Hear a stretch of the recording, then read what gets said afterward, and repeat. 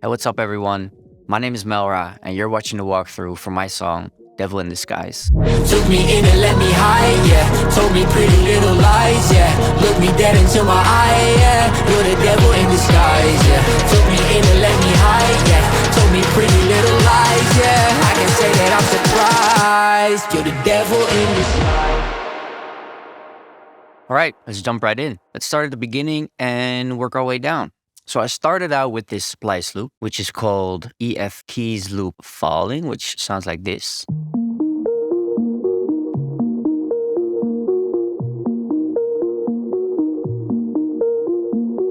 So all I did was EQ it a little bit to make some room for the vocal, compress it, give it a little bit of panning so it just moves around ever so slightly. Then I layered a Reese underneath it, which is called the Menthol Reese, which I believe is from Origin Sound, which sounds like this.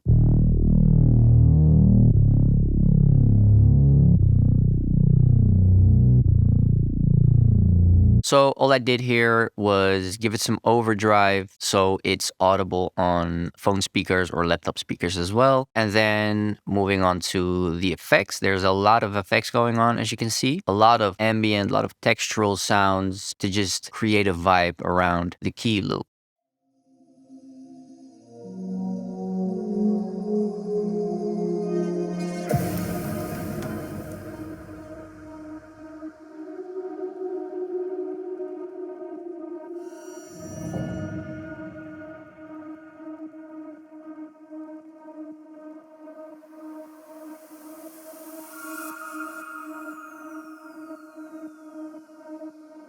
Now, moving on to the second part of the verse, it's the same splice loop, except I pitched it up an octave, and on every second measure, I added crystallizer, which sounds like this.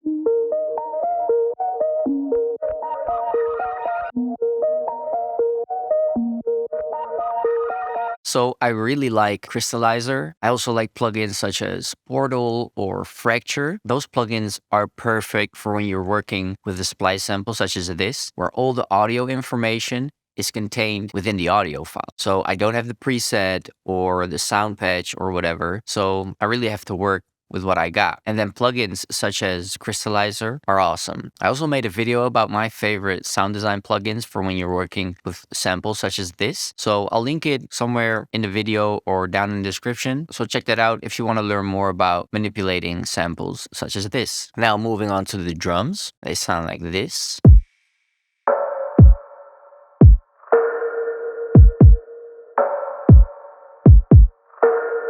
Very minimal, a lot of tonal sounds. I left it that way because I really wanted to slowly and gradually build up the song so I could add a lot more drums in the second verse and create that variation. And again, it's the same Reese bass and some effects. Now, moving on to the build-up. Here, I layered both the lower octave of the splice sample and the higher octave together, and they sound like this.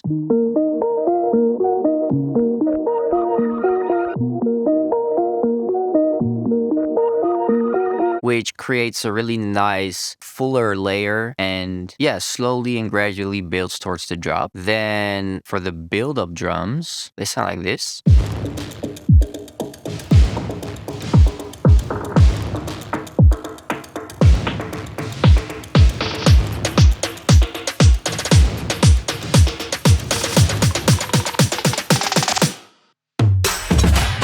So a lot of snare layers, a lot of clap layers, some cinematic drums going on as well, just to drive the excitement towards the drop. And then it's again the same Reese bass, but this time I'm slowly filtering it at the end of the buildup. And for the effects, just some regular sweeps, white noise, risers, stuff like that. And last but not least, we have the lead, which is slowly being filtered in, which sounds like this.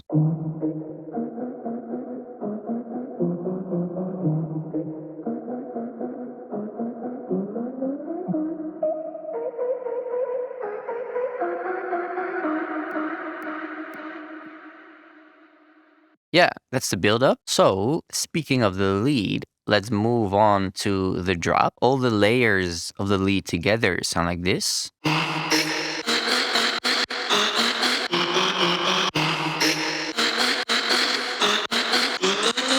So the main thing is this Fabian Mazur sample, which for those of you that are wondering where I found it, it's in his Splice sample pack Chill Vibes underneath vocals, and it's called The Female Chops.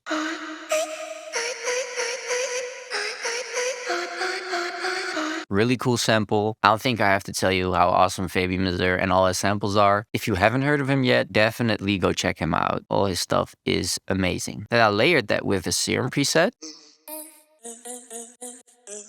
This one is from Echo Soundworks, and I believe it's from the S'mores sample pack. And then I layered another one called Lead Arabian, just for some high crunch, and this is from the Echo Soundworks Snake Laser preset pack. Then moving on to the drums, they sound like this.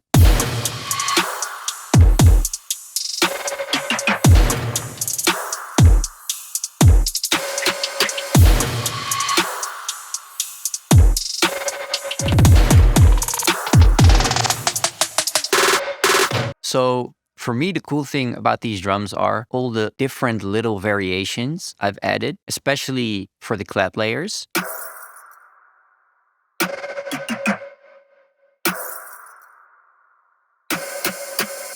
So as you can hear, there's on the one hit breaking glass sample, then on the next hit there's a reverb sample, then there's a ring roll sample on another one, and all of these hits are only playing once. So as a listener, you're constantly engaged. There's constantly something new happening that keeps your attention, that keeps your focus. Then moving on to the bass, which sounds like this.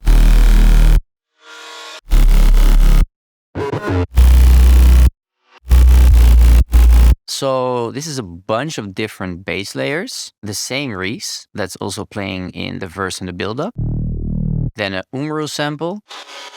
Then a drop bass synth from Arcando's first splice pack, I believe, layered with a excellent lead mid bass. Together they sound like this. And one of the processing methods I utilize quite often, especially for like these heavy drop bass synths, is, and I talked about it before, I believe, but I found it in a tutorial from Ray Volpe, and he uses Camel Crusher on British Clean and then follows it up with OTT, and that really pushes your sound to the forefront. And especially for these types of basses, that's exactly what you want. It does come with a little bit of unwanted lower frequencies, so I usually follow it up with an EQ just to cut out a lot of the unwanted frequencies. In this case, also some of the highs, because I've already got a couple of layers for the highs. And then a distorted white noise layer for the higher frequencies. Sounds like this. And then just a regular sub bass. This is just a simple sine wave, nothing too special about that. So for the second verse, musically, there isn't a lot of difference from the first verse, but the variation is mainly in the vocal. So what I did is I really added a lot more vocal layers, a lot of harmonies compared to the first verse. My head, and all is said and done was always said. That one, I think that's my favorite harmony I did in this song, and maybe in all of my songs to date. Yeah, it's something I'm really proud of. But if we compare it to the first verse, for example. Night, bet. You're the only one running around inside my head. Knowing all is said and done was always. Yeah, you can hear it's only a lead with just a backing left and a backing right. And in the second verse, I've added a lot more ad-libs, harmonies, stuff like that to still give the listener some variation and also build it up. Just keep ever so slightly making it sound a little bit bigger, a little bit fuller. And there's also a little bit of variation going on in the drums. Like I said, the first verse drums were really minimal, and I added a little bit to it here in the second verse.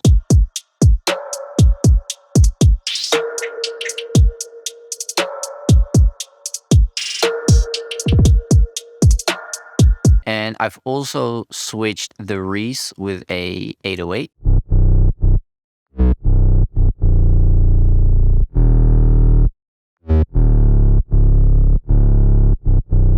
Just to create another level of variation. Now, moving on to the second build-up, there is a third layer for the splice sample, and this is a fully 100% wet crystallized layer just to create a really ambient reverby background layer to even build it up more, create a bigger atmosphere for the build up. They sound like this.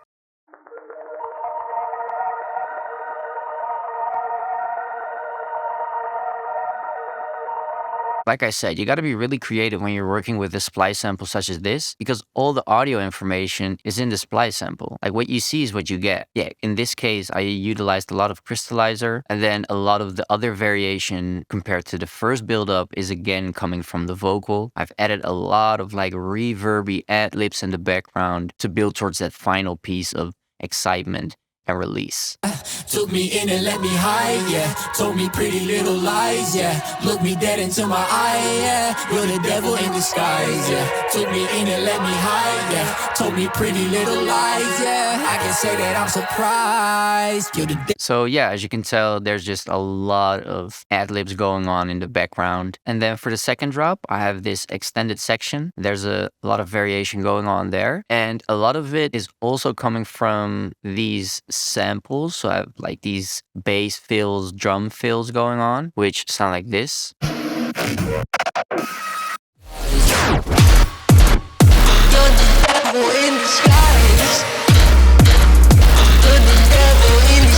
And then in the second half of the second verse, in the second half of the second drop, I've also added the final piece of variation and just trying to end it with a bang. These lead guitars, they're again Fabian Mazur splice samples. Dry, they sound like this.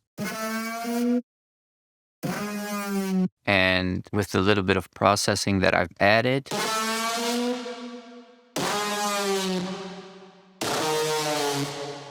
also a little bit of panning going on because the drop is really full. So I had to give it a little bit of space to live. In context, that sounds like this.